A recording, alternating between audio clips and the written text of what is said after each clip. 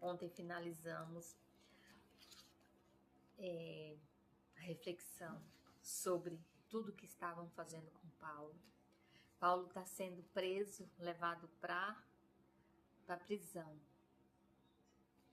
para um local muito seguro, para uma fortaleza, porque os judeus querem destroçá-lo, não é?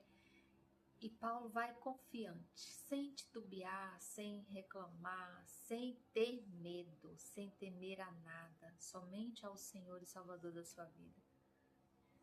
Porque Paulo sabe onde colocou a sua força, a sua fortaleza. Paulo sabe em quem de fato ele está segurando.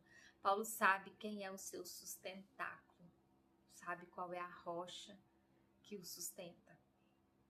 E aqui ontem a gente finalizou Paulo dando o seu parecer, aquele povo que estavam carregando para a fortaleza, porque ele falou assim, ele pediu para o chefe da guarda, não é, que queria falar algo, perguntou se ele poderia, então ele foi autorizado a falar.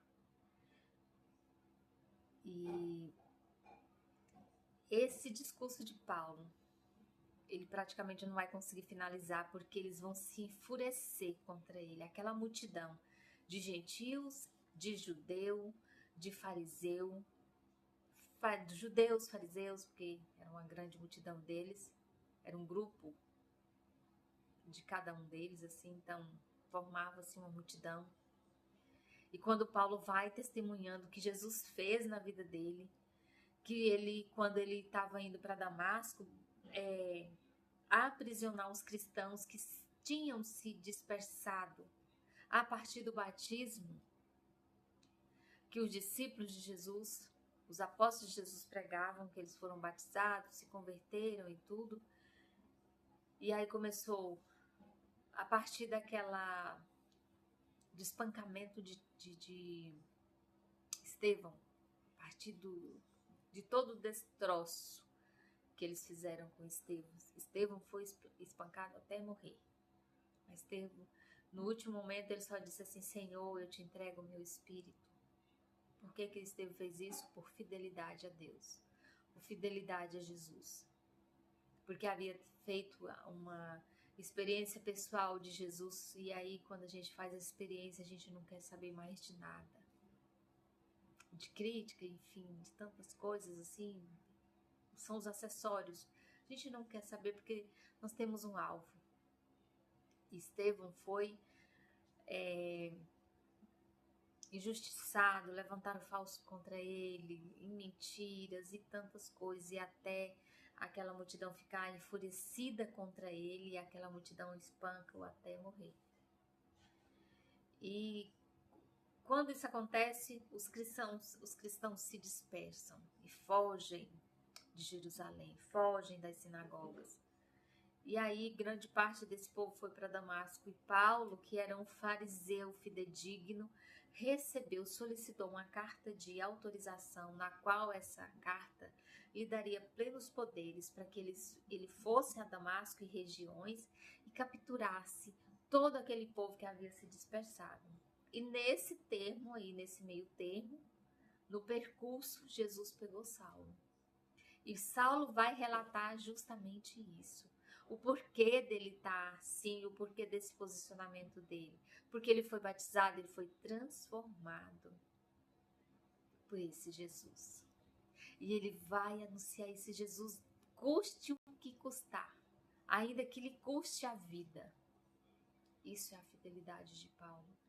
E quando nós temos esse encontro pessoal com Jesus, a gente é capaz de renunciar tudo e a todos para ficar com Ele. Porque a palavra diz assim: buscar em primeiro lugar o reino de Deus e a sua justiça, e tudo na nossa vida, exatamente tudo, nos será acrescentado, nos será dado em acréscimo. E por que a gente não recebe isso? Porque a gente não acredita nessa promessa. A Bíblia relata mais de 8.000 promessas e nós não acreditamos em uma só sequer. porque não nos sentimos desmerecedores das promessas de Deus. E só o fato de eu não acreditar, eu não vou receber. A graça não vai acontecer. É bem assim. Mas assim, olhando a vida de Paulo, a gente pode ter certeza, pode confirmar que vai acontecer também na nossa, se tivermos tal posicionamento. Tendo intimidade com a palavra de Deus, praticando essa palavra no nosso dia a dia, obedecendo os seus mandamentos, obedecendo os seus preceitos, porque Deus fala, Jesus fala, buscar em primeiro lugar o reino de Deus e a sua justiça, e tudo vos será acrescentado.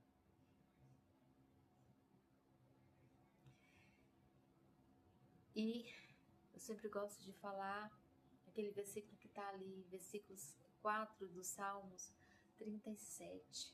Deleite-se no Senhor, e Ele realizará os desejos do teu coração. Mas a gente tem que estar na fonte. Se deleitar significa o quê? O que é se deleitar? Estar, desejar, desfrutar daquela pessoa. E não é a palavra desfrutar não significa usar e deixar, não. Se deleitar. Como que você se deleita num copo com água quando você está com sede? Você degusta aquela água e aquilo vai saciando, vai te hidratando e saciando a tua sede. Jesus quer além do saciar a nossa sede. Ele nos quer por inteira. É assim que Ele nos quer. E esse testemunho, esse que Paulo vai falar aqui, tem um preço. E Jesus mais à frente vai dizer, porque você me testemunhou perante eles, eu testemunharei você, ou seja, eu cuidarei de você. E Paulo vai finalizar aqui os 28 capítulos na sua história, os 28 capítulos, vai finalizar ali. Vai chegar ao capítulo 28 dos Atos, vai passar para os outros, para os demais. Paulo vai escrever as cartas aos Romanos, sabe onde? Dentro de uma prisão. Por que isso? Porque ele estava cumprindo um propósito, ele estava vivendo um chamado. Chamado para quem? De quem? Do próprio Cristo. É por isso que ele não temeu a nada e a ninguém. Eu convido você, eu te desafio a conhecer a vida de Paulo até o final. Com certeza Deus fará algo na sua vida. Deus mostrará algo para mim e para você do qual nós estamos precisando. E Deus também vai nos mostrar que nós não devemos temer as notícias do mundo, é terremotos, é guerra, é miséria, é violência. Nós não devemos temer se nós estivermos no Senhor, que é a nossa proteção. Fidedignamente. Nem sei se existe essa palavra, acabei de criá-la. Então é isso. Então bora para a leitura. Capítulo 22 dos Atos dos Apóstolos. Estamos finalizando. Faltam a partir de hoje, faltam 7 capítulos. Então bora lá. Irmãos e pais, ouçam agora a minha defesa. Ontem no capítulo 21 ele finalizou isso aqui no finalzinho, né? E agora ele vai falar todo o relato. Quando ouviram que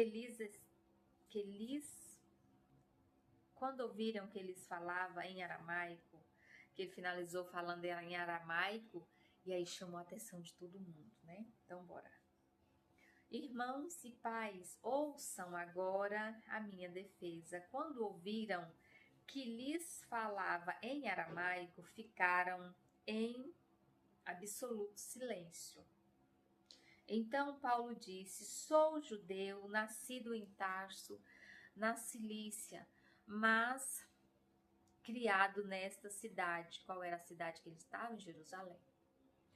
Fui instruído rigorosamente por Gamaliel na lei de nossos antepassados, sendo tão zeloso por Deus quanto qualquer um de vocês hoje. Persegui os seguidores deste caminho, qual era o caminho? Aquele que Paulo agora estava, até a morte. Persegui os seguidores deste caminho até a morte, prendendo tanto homens quanto mulheres e lançando-os na prisão. Como o podem testemunhar o sumo sacerdote e todo o sinédrio deles, cheguei a obter carta para seus irmãos em Damasco e fui até lá a fim de trazer estas pessoas a Jerusalém como prisioneiros para serem punidos. Quem era esse povo aqui, como eu disse antes? Aquele povo que havia se convertido, que agora confessavam Jesus como Senhor e Salvador e não mais comiam aquelas comidas oferecidas em sacrifícios. E Paulo fala, volta aqui. Por volta do meio-dia, aproximava-se de Damasco, quando de repente uma forte luz vinda do céu brilhou ao meu redor. Caí por terra e ouvi uma voz que me dizia: Saulo, Saulo, por que você me persegue? Por que você está me perseguindo? Então perguntei: Quem és tu, Senhor? E ele respondeu: Eu sou Jesus, o Nazareno, a quem você persegue.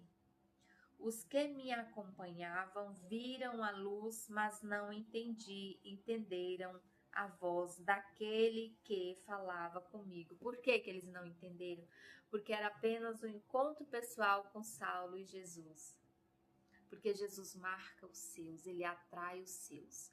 E aqui fica claro que Paulo perseguia os cristãos, mas Jesus não falou que esse tipo, você persegue o meu povo. Jesus não falou assim, Jesus foi direto e disse: Por que você está me perseguindo, Saulo?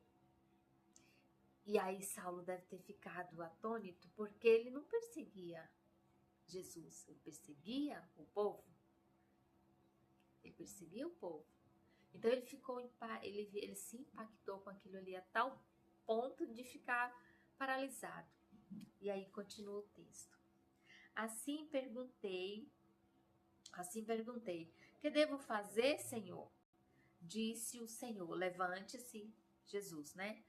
Dizendo a ele, levante-se, entre em Damasco, onde lhe será dito o que você deve fazer. E aí Jesus agora assume, né, o comando de Saulo.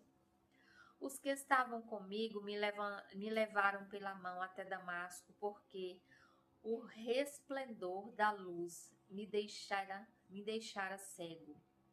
É o testemunho de Saulo contando aquela multidão enfurecida contra ele. Um homem chamado Ananias, fiel seguidor da lei e muito respeitado por todos os judeus que ali viviam, veio ver-me e, pondo-se junto a mim, disse: Irmão Saulo, recupere a visão, porque ele tinha ficado cego. Naquele mesmo instante, pude vê-lo.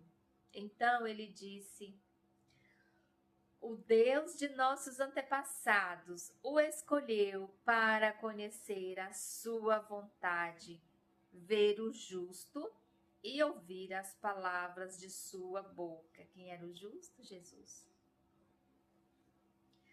Você será testemunha dele a todos os homens, daquilo que viu e ouviu.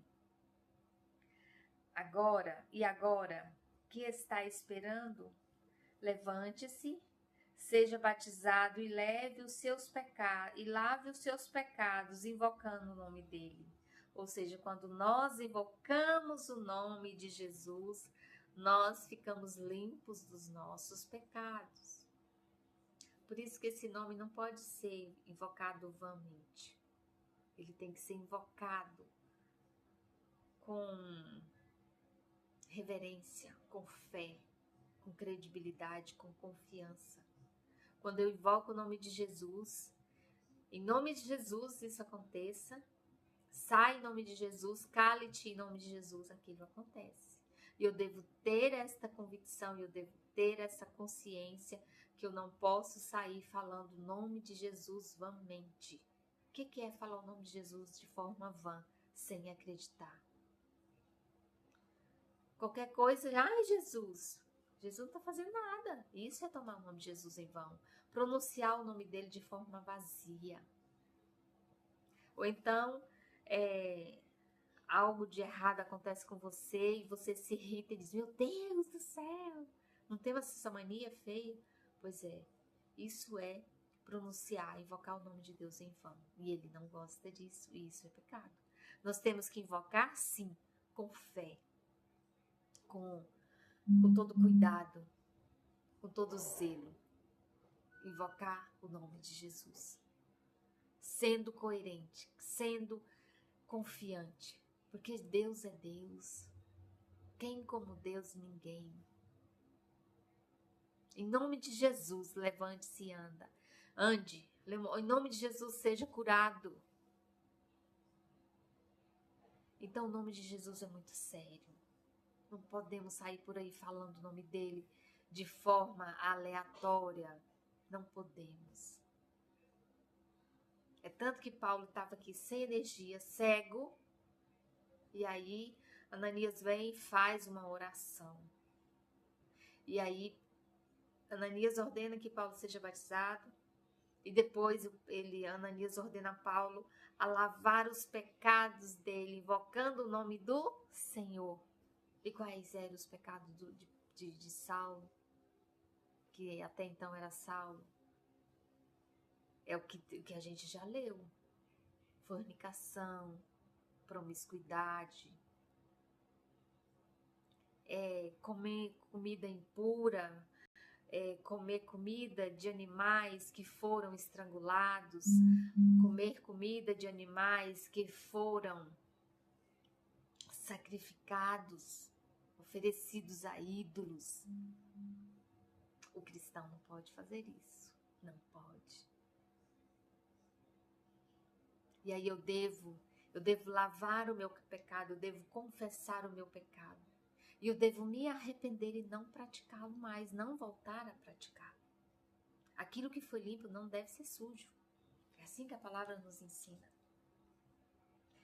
Quando voltei a Jerusalém, estando eu a orar no templo, caí em êxtase, depois que ele tinha recuperado a visão e depois que ele tinha se purificado do pecado. Vi o Senhor que me dizia, depressa, sai de Jerusalém imediatamente, pois não aceitarão o seu testemunho a meu respeito. Eu respondi, Senhor, estes homens sabem que eu ia de uma sinagoga a outra, a fim de prender e açoitar os que creem em ti. E quando foi derramado o sangue da tua testemunha, Estevão, eu estava lá, dando minha aprovação e cuidando das roupas dos que o matavam. Então o Senhor me disse, vá, eu enviarei para longe dos gentios. Porque aqui ele falava que quando ele mudou de vida, que ele se converteu, purificou seus pecados pelo nome de Jesus e foi batizado no Espírito Santo, o testemunho dele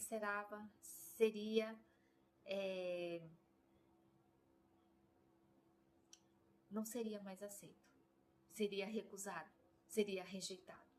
Por quem?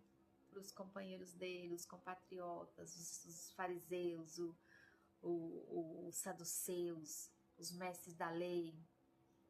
Não, é tanto que, olha isso, mesmo depois dele ter obedecido Jesus e ido para longe, lá de longe ele era mal visto para o povo dele. E esse relato aqui ele falava para quem? Para aquela multidão, porque ele falou assim, que quando foi derramado o sangue de um inocente, ele estava se referindo já a Estevão, porque Estevão era inocente, mas foi acusado injustamente e foi espancado até morrer. E ele falou que estava lá apoiando os espancadores. Então, ele estava apoiando o erro e estava certo, entre aspas, para aquela galera lá que agora queria fazer a mesma coisa com ele. E aí ele continua. A multidão ouviu Paulo até que ele disse isso. Ouviu todo esse relato até que ele disse isso na altura do capítulo 22. Tire esse homem da face da terra, ele